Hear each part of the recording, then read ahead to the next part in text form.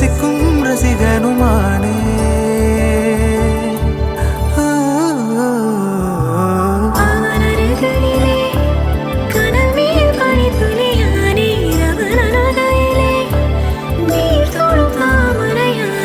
அவளோடு இருக்கும் ஒருவித சிநேகிதனானே, அவளுக்கு பிடித்த ஒரு வகை சேவகனானே.